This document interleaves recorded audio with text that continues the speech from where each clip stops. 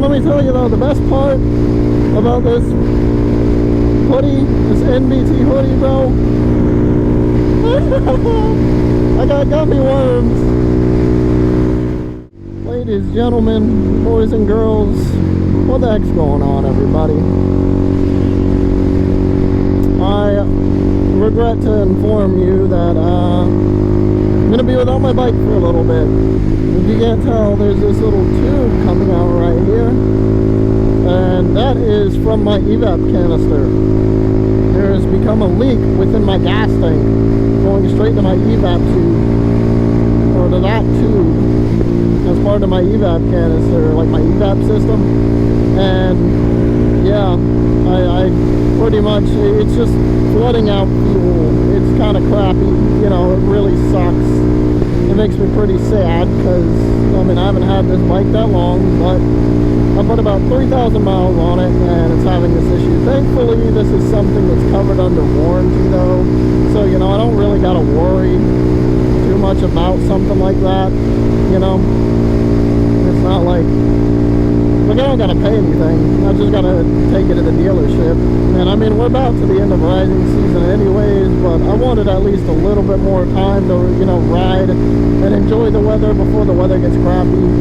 I ride year round, but it's nice having this good, nice weather and being able to take advantage of every last bit of it.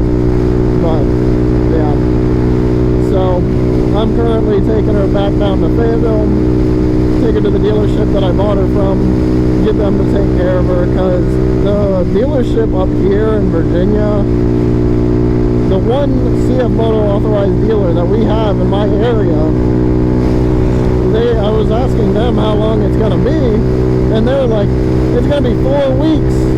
4 weeks before they'll actually be able to get to, you know, diagnose what's wrong. That's not even a count, you know, ordering the part, then getting it fixed. I would probably be looking at like 2 months of no bike, and that just doesn't sit with me. I'm sorry, I'm just not doing that. 4 weeks is crazy to be able to get to actually looking at a bike. Like, that's just wild.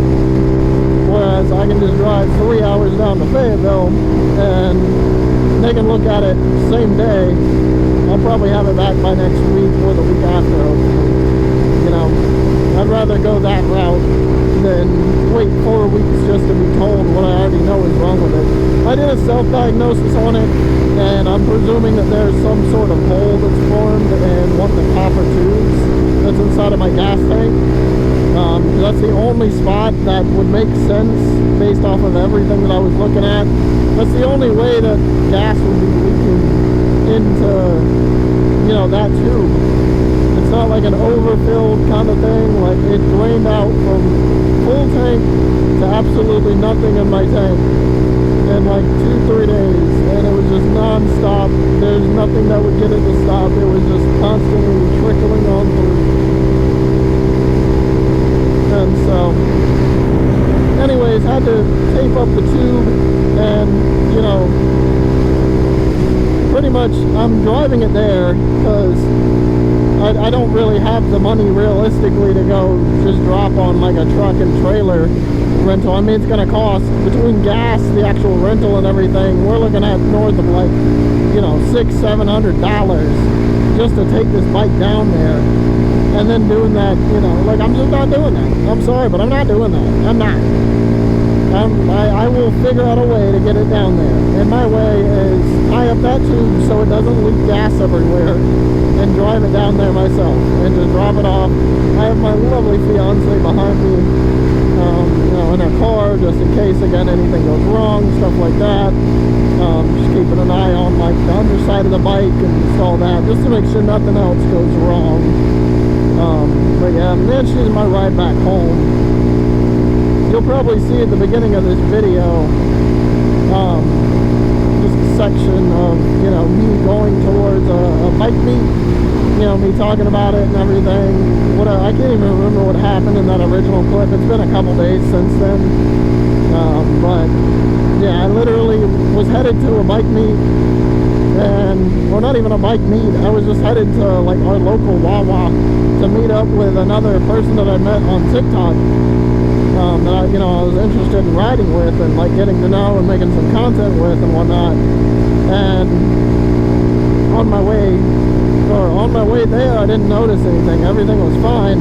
I got there, and then I was like sitting on my bike talking to him, and we both looked at each other and we're like, does it smell like gas? And then we looked down, and under my bike is just a pool of gas, and we're like, oh my god, what is that? Whoa. Like we're like, what the heck's going on here? And yeah, I thought it was maybe I just overfilled it, because I got gas before I had decided to, I got gas before I had like headed that direction. And so I was thinking maybe I just overfilled it. Yeah, no, I didn't overfill it. It's just leaking. There's just a problem. But I mean, it is what it is. That's one of those things that, I mean, at the end of the day, cfmoto's a new company. I'm not mad about it. I mean, I'm a little upset, don't get me wrong. I'm not mad. I'm a little upset because it's just like, damn, man, I want to be able to ride my bike. In a couple of weeks, there's a Halloween event, like a Halloween ride that I want to go to, and I may or may not be able to go to that depending on how long it takes them to get this issue solved and fixed, So it's just kind of like, it's kind of crappy. But at the end of the day, it is what it is. That's one of those things that you just, I knew going into buying a cfmoto that there's a chance that something could mess up. There's a chance that, something could go wrong. Like there's so many chances of something bad happening. It's possible. It's a new company, not everything's perfect. Their quality control isn't perfect, and that's just part of it, but that's okay. I still love this bike. I still love cfmoto as a brand. I still want to, buy their other bikes as well. Like I still want their 675, their 750. I still want all of that. It's not going to change anything. Everybody's got to start somewhere, It's a beautiful bike. I love it. It's fun. I don't regret my purchase a single bit. And at the end of the day, I mean, it's like having any bike. Things break. Things happen. It is what it is. What are you going to do about it, It is what it is. I get into the whole spiel about what's going on with me. Yeah, so I'll be without this bike for a little bit. Hopefully they'll get it, they're pretty quick about stuff. They'll probably have it inspected and like diagnosed by tomorrow, after I drop it off today, and then hopefully have the fix done by next weekend. I mean, it doesn't take them long to diagnose at this place. The only concern I have is just getting how long it'll take to get the part, which I mean hopefully won't take too long, because again, if it is exactly what, if they diagnose it the same way that I did, it's just a new gas tank. It just needs a new gas tank. And a gas tank shouldn't take that long to get, I've heard horror stories of people having to wait like 3-4 weeks for a part to come in. But that's usually with like an engine rebuild and stuff like that. Not with like just a simple gas tank or like, something like this.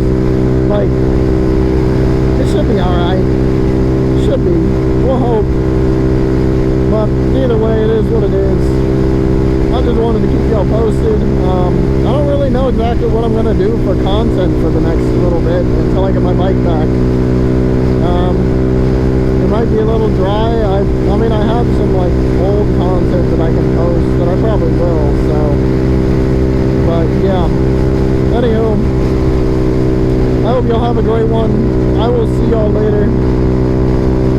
Y'all stay blessed, stay safe, stay happy and healthy out there, and I will see y'all in the next one. Peace.